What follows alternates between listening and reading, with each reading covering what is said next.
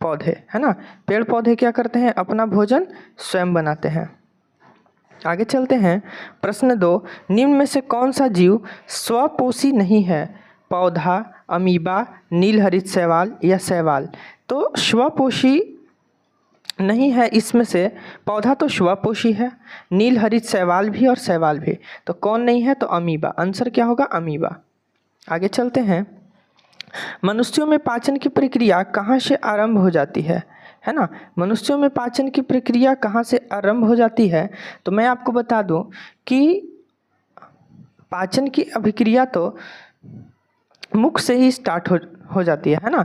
मुख से ही जब हम लोग दांतों के द्वारा छोटे मॉलिक्यूल्स में तोड़ते हैं तो वह पाचन की प्रक्रिया शुरू हो चुकी होती है। आगे चलते हैं।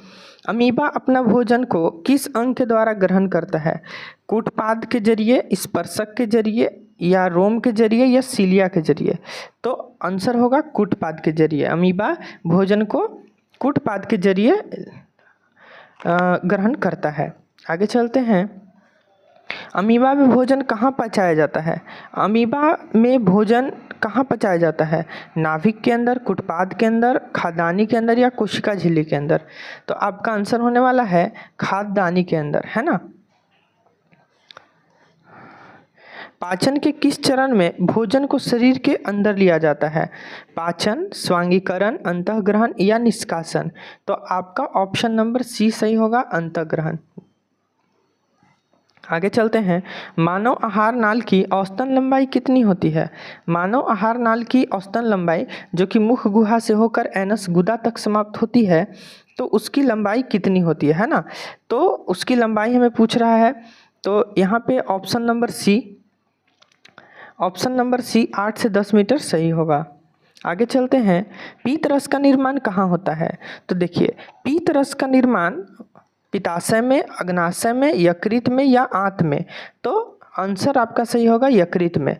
निर्माण कहाँ हो जाता है, यकृत में। लेकिन अगर यहीं आपसे पूछ दे कि पीतरस कहाँ पर जमा होता है, तो आंसर हो जाएगा आपका पित्ताशय, है ना। लेकिन ऐसे यकृत में ये बनता है। यकृत बहुत ही महत्वपूर्ण अंग है हमारे शरीर की और सबसे बड़ी ग्रंथि भी मानी जाती है ना, यकृत, लीवर, जिसको इंग्लिश में क्या कहते हैं, लीवर कहते हैं। आगे चलते हैं। टाइलिन एंजाइम किस ग्रंथि से स्रावित होता है, टाइलिन जो एंजाइम है वो किस ग्रंथि से स्रावित होता है, तो हम लोग देखते हैं लार ग्रंथि। कहाँ, लार ग्रंथि, है ना। आगे देखते हैं। मानव पाचन तंत्र में किस अंग में भोजन सबसे अधिक समय तक रहता है, तो जल्दी से बताइए। देखिए अमाशय, छोटी आंत, बड़ी आंत या मुख।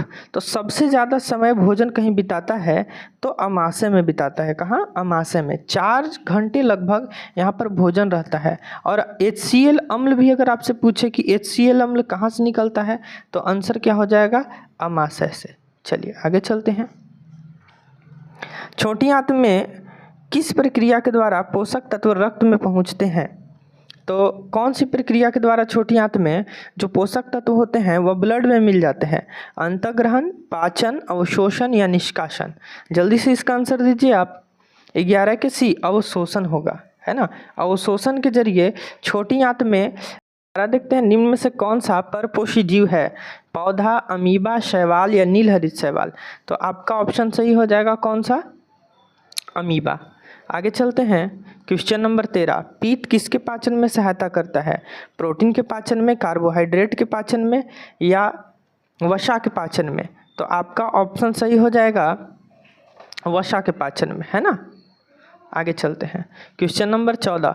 अग्नाशय किस प्रकार के पदार्थ स्रावित करता है, अग्नाशय जो होता है वह किस प्रकार के पदार्थ स्रावित करता है, केवल एंजाइम, केवल हार्मोन, केवल अम्ल या एंजाइम हार्मोन दोनों। तो आपका ऑप्शन नंबर डी सही होगा, एंजाइम और हार्मोन दोनों। 15 क्वेश्चन नंबर देखते हैं। अंतःग्रहण, पाचन, अवशोषण, स्वांगीकरण और निष्कासन ये सभी किस प्रक्रिया के चरण हैं, तो ये सभी पोषण प्रक्रिया के चरण है। पोषण के द्वारा ये सारी चीज़ें होती हैं। ये आपका रहा आंसर की। चलिए धन्यवाद।